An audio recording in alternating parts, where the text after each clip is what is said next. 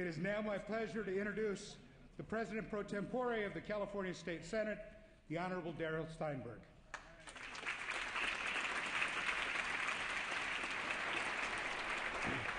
Thank you very much, Mr. Speaker. I value our friendship and look forward to working with you this year. Members, we have the honor of addressing you tonight on the occasion of Governor Brown's first, but also his seventh State of the Union address. In our democracy, the peaceful transition of power is a reason for every American and Californian to be proud. The recent political upheaval in Tunisia, Lebanon, and Egypt bring this home in a dramatic way. Tonight, Californians have an opportunity to observe the leaders of both parties come together without rancor in order to hear from the governor on the state of our state. It is my privilege to introduce the next speaker. After a successful career as a small business owner, he was elected mayor of the city and county of San Francisco, where he pursued an aggressive policy platform.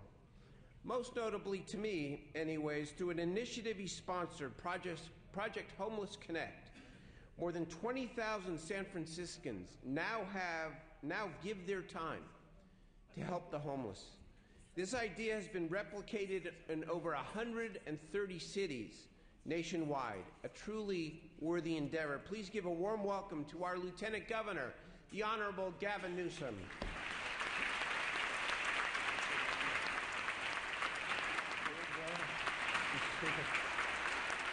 Mr. Speaker, Mr. Pro Tem, at a moment like this, I'm reminded of the late, great Supreme Court Justice Oliver Wendell Holmes, who once remarked that as life is action and passion, it is required of all of us to share the action and passion of our time at peril of being judged not to have lived. What many believe he was saying was simply this, that each of us will be judged, and more profoundly and importantly, judge ourselves to the extent we contribute to the life of our city, our counties, our state, our nation, and the world that we're trying to build. We meet clearly at an hour of fiscal emergency in our great state, and our governor has called us to urgent and concerted action. We've been presented an honest budget and a very realistic budget, defined by tough calls and unwelcome choices. It doesn't fall on one person, it certainly doesn't fall on one party, and it doesn't fall on one level of government. We all own this. And together we must muster the courage to step up and step in to see the bigger picture and to empower everyone in this state to be part of the solution. There is such thing as being too late. Our moment for action is now. With that, it's my great honor to introduce a man whose first 28 days in office have been defined by his willingness to share his passion and his action, the 39th governor of our great state of California. Ladies and gentlemen, please a warm welcome to our governor, the Honorable Jerry Brown.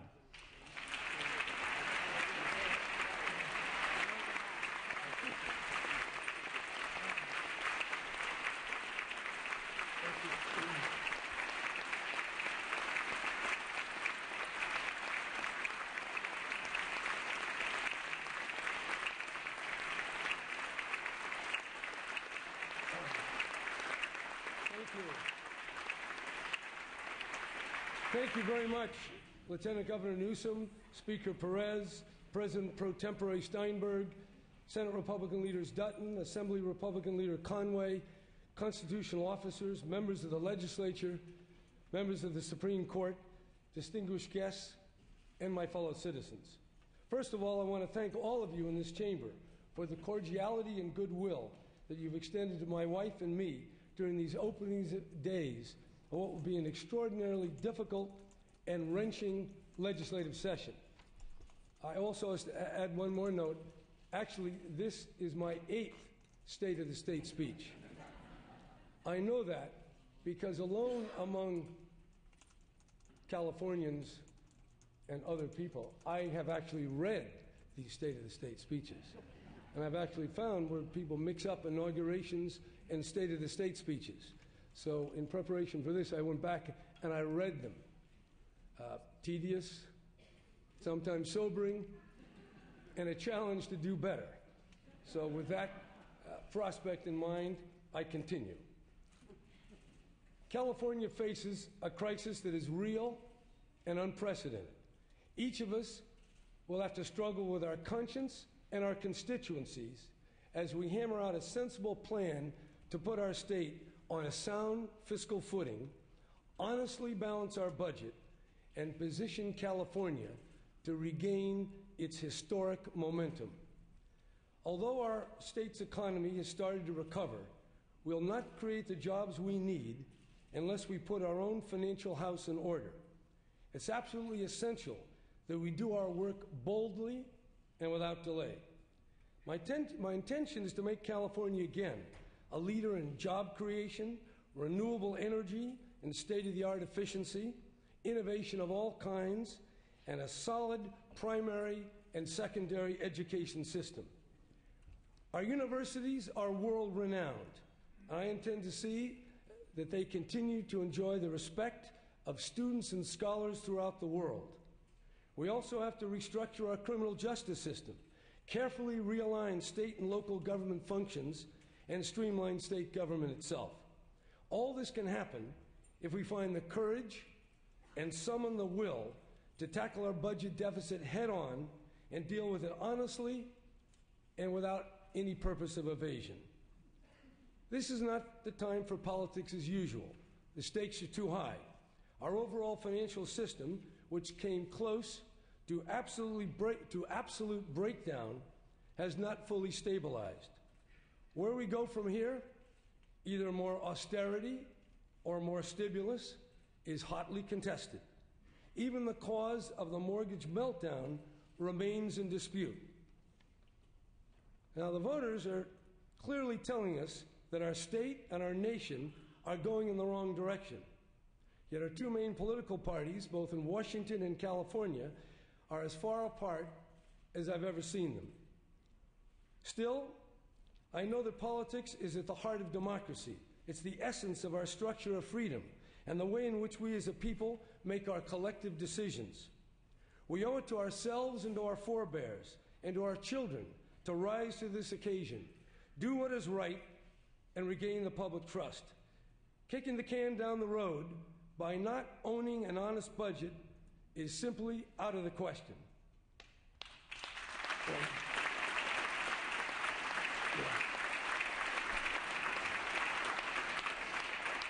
If you're a Democrat who doesn't want to make budget reductions in programs you fought for and deeply believe in, I understand that.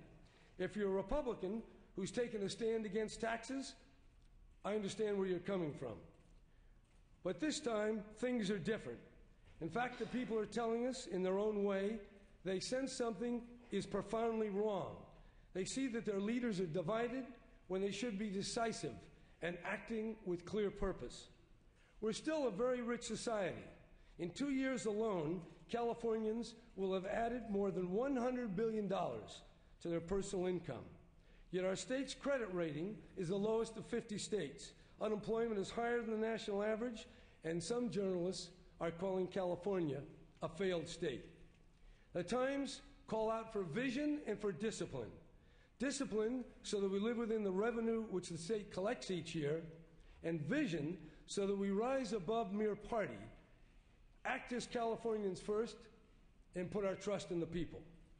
Under our form of government, it would be unconscionable to tell the electors of this state that they have no right to decide whether it's better to extend current tax statutes another 5 years or chop another $12 billion out of schools, public safety, our university, and our system of caring for the most vulnerable. Let me read you Article 2, Section 1 of the California Constitution. All political power is inherent in the people. Government is instituted for their protection, security, and benefit, and they have the right to alter or reform it when the public good may require. When democratic ideals and calls for the right to vote are stirring the imagination of young people in Egypt and Tunisia and other parts of the world, we in California can't say now is the time to block a vote of the people. In the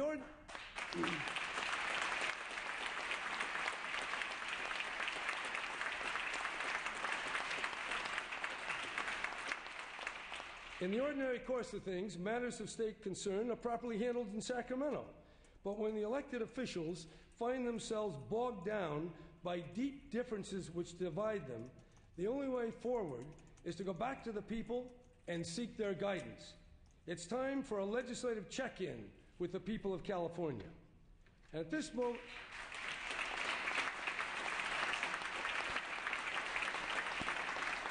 and I want to see a few Republicans clapping on that, if you could. We'll build up as we get along here.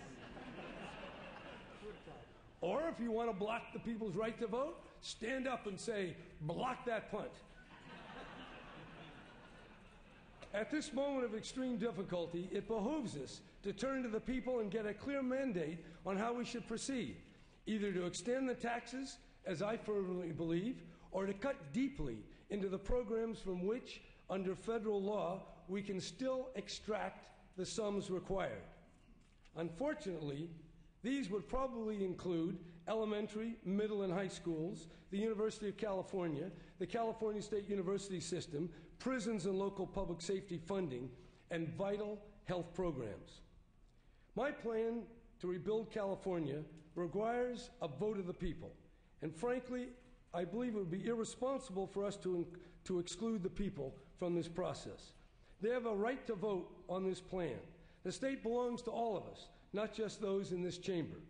Given the unique nature of the crisis and the serious impact our decisions will have on millions of Californians, whether it's more cuts, extend taxes, the voters deserve to be heard. Do I like the choices we face? No, I don't like them. But after serious study of the options left by a $25 billion deficit, the budget I proposed is the best that I can devise. If any of you, I mean that, if any of you have any other suggestions that you think are better, please share them with us. After all, we're in this together. In recent days, a lot has been made of the proposed elimination of redevelopment agencies. Mayors from cities, both large and small, have come to the Capitol and pressed their case that redevelopment is different from child care, university funding, or grants to the aged, the disabled, and the blind. They base their case on the claim that redevelopment funds leverage other funds and create jobs. I certainly understand this because I saw redevelopment firsthand as a mayor of Oakland. But I also understand that redevelopment funds come directly from local property taxes that would otherwise pay for schools and core city and county services such as police and fire protection and care for the most vulnerable people in our society. So it's a matter of hard choices. And I come down on the side of those who believe that core functions of government must be funded first.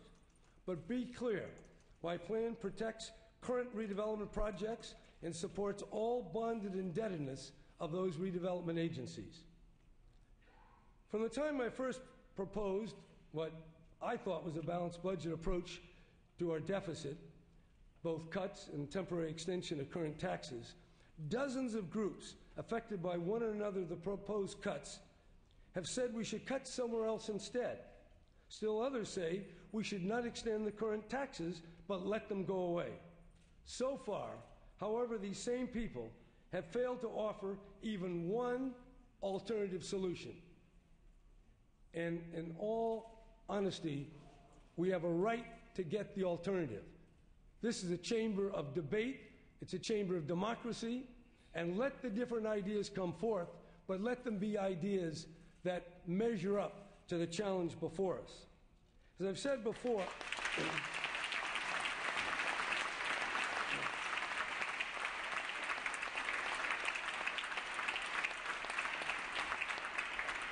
said before, I've come here not to embrace delay or denial, but to get the job done.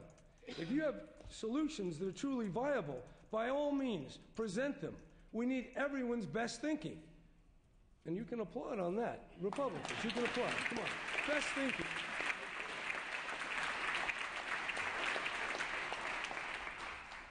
Wherever I look, I see difficult choices, and so do all of you. But I also see a bright future up ahead and a California economy that's on the mend. When we get our budget in balance, California will be in a strong position to take advantage of its many assets and its strategic location on the Pacific Rim. As the countries of Asia and south of our border continue to thrive and expand their trade, our state will play a leading role, as it always has, and it will reap unimagined benefits. We have the inventors, the dreamers, the entrepreneurs, the venture capitalists, and a vast array of physical, intellectual, and political assets. We've been called the Great Exception because for generations, Californians have defied the odds and the conventional wisdom and prospered in totally unexpected ways.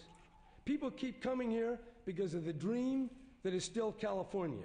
And once here, their determination and boundless energy feeds that dream and makes it grow. When I first came to Sacramento, Steve Jobs and Steve Wozniak had not yet invented their personal computer. There was no wind-generated electricity, and we didn't have the nation's most advanced building and appliance efficiency standards, as we later adopted. Of course, Yahoo, Google, Facebook, and Twitter did not exist, not even in someone's imagination. California has grown from less than $200 billion when I first came to this rostrum to now over $2 trillion expected this year. California has been on the move, a model, a miracle, and some kind of gift. Yes, I'll work with you on the issues from water and realignment to health care and prisons to agriculture, schools, environment, and transportation. We must also face the long-term challenge of ensuring that our public pensions are fair to both taxpayers and workers alike. Finally, at a time when more...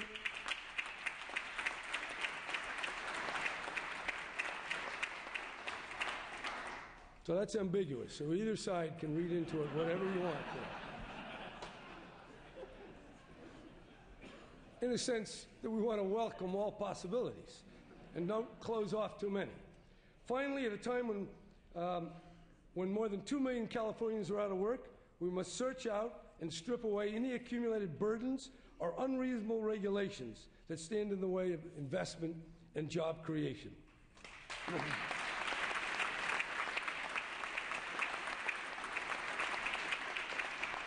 And I did say unreasonable. But let's not forget that job number one, make no mistake about it, is fixing our state budget and getting our spending in line with our revenue. Once we do that, the rest is going to be easy. At least easier, because we have learned to work together and earn back the respect and trust of the people we serve. I look forward to working with all of you, Republicans and Democrats, together to build this state of ours into what we know it can become again. Thank you.